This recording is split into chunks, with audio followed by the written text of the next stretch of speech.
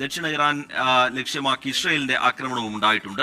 Muhammad Anwar international news ഡെസ്കിൽ നിന്ന് വിവരങ്ങളുമായി ചേരുകയാണ്. അൻവർ, ഇപ്പോഴും കഴിഞ്ഞ മണിക്കൂറുകളിലും അതിശക്തമായ ആക്രമണം പരസ്പരം ഉണ്ടാവുന്ന സാഹചര്യമുണ്ട്. ഏതൊക്കെ മേഖലകളെ ലക്ഷ്യം വെച്ചുകൊണ്ടാണ് ഏറ്റവും ഒടുവിലായി ആക്രമണങ്ങൾ ഉണ്ടായിരിക്കുന്നത്? അതിന്റെ വിശദാംശങ്ങൾ ഏത് തരത്തിലാണ്? മറ്റൊന്ന് പ്രധാനം, ഈ യൂറോപ്യൻ രാജ്യങ്ങളുമായുള്ള ഇറാൻ വിദേശകാര്യമന്ത്രിയുടെ ചർച്ച, അതിന്റെ പുരോഗതി, അതിലെ പ്രതീക്ഷകൾ.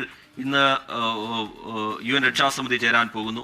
സമാധാനം വേണം എന്ന ആഹ്വാനം ലോകരാജ്യങ്ങളുടെ ഭാഗത്തു നിന്നുണ്ടാവുന്ന പശ്ചാത്തലം, അതിനിടയിൽ ഏറ്റവും ഒടുവിലായി സംഭവിക്കുന്നത് എന്താണ് അൻവർ? റിജിത്ത്, കഴിഞ്ഞ 8 ദിവസമായി ഇറാനും ഇസ്രായേലും തുടരുന്ന സംഘർഷം ഇന്നും അതിരൂക്ഷമായി തുടരുകയാണ്. ഇന്ന് ആദ്യം ഇറാന്റെ ഭാഗത്തു നിന്നാണ് ഇസ്രായേലിലേക്ക് ആക്രമണം ഉണ്ടായത്. ഭാഗത്തേക്ക്, ഇസ്രായേലിലെ ഹൈഫ ഭാഗത്തേക്കാണ് ഇന്ന് ഇറാന്റെ മിസൈൽ പതിച്ചത്. ഇസ്രായേൽ മാധ്യമങ്ങളുടെ റിപ്പോർട്ട് പ്രകാരം 20 മുതൽ 30 വരെ ബാലിസ്റ്റിക് മിസൈലുകൾ ഇന്ന് മാത്രം ഇറാൻ